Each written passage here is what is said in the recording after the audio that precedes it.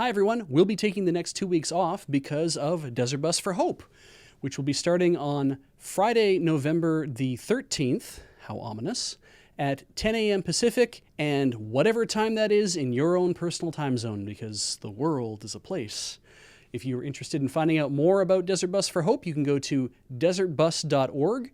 It is a charity fundraiser for Child's Play, so if you got some money to kick in for that, we'd love to have it. There's all sorts of prizes, there'll be all sorts of entertainment, there'll be all sorts of something happening, and you can also just tune in and watch at desertbus.org, or you can even go to twitch.tv/desertbus to take in the show. Thanks very much. Today, unbelievably, GameStop has found a way to be even more awful than it normally is. This is CheckPoint.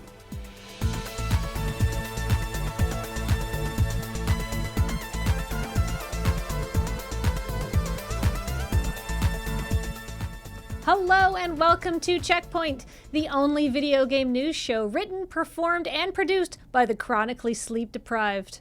We're part of the new bed-to-grave content creation movement. It's ethical because we chose to do this to ourselves. So I want to start this story off with the caveat that when I first heard this news, it was described to me as something that the hard drive would reject because it was too on the nose, but it was still so ridiculous that I somehow thought Graham was joking, but no, it's real. GameStop is holding a TikTok dance contest for its employees, and the big prize is getting to pick up a couple of shifts. You win the right to earn the money. But hold up, because astonishingly, I'm actually making this prize sound better than it is, because this is a team challenge. So the winning store will get a couple of Amazon gadgets, a $100 Visa gift card, and 10 additional labor hours to use during Black Friday week.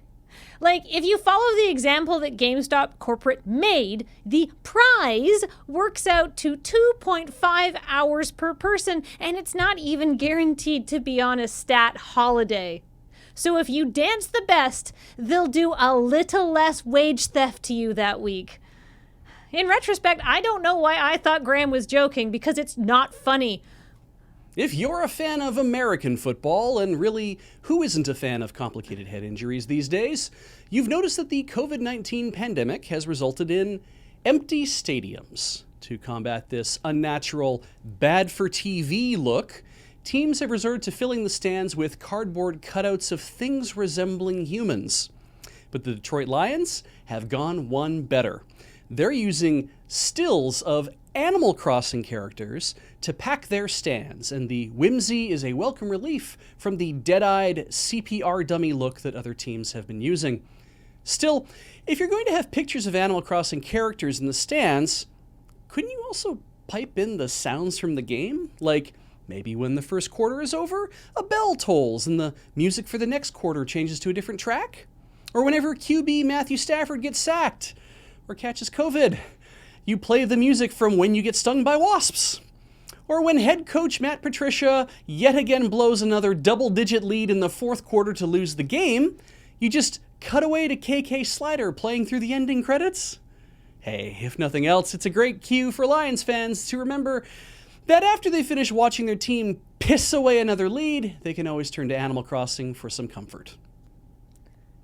Destiny is cleaning out its players' digital closets, deleting old items that no longer have any use in the game, one of which is an expired Ramen coupon. The voucher in question is from 2018 and was from Cade 6, a beloved but now deceased NPC.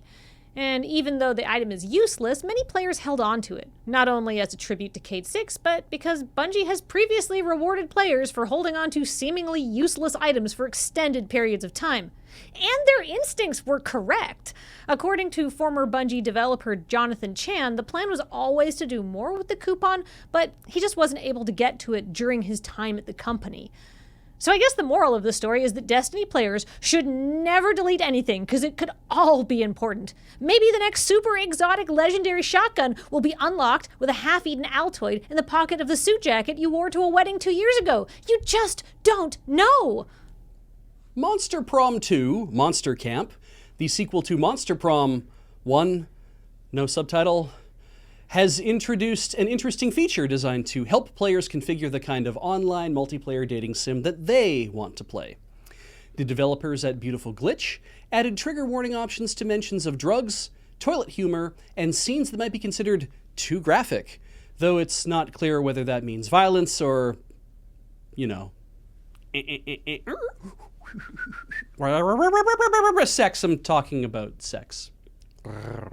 But my absolute favorite option, the clear winner among all the others, the game has a setting to turn off horrible people, and my god, I have been trying to bring up my own status and options screen ever since I read a manga that said it was possible, and if I ever get that goddamn thing open, you can bet your happy ass I'm flipping that switch. Dang, that is a nice superpower. Would not be my first choice, however. Oh yeah? What would be your first choice? Easy! Invisible plane.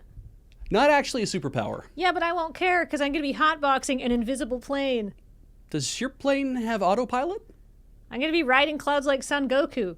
I will not care. Oh, good thing I'm not going to be able to see you then.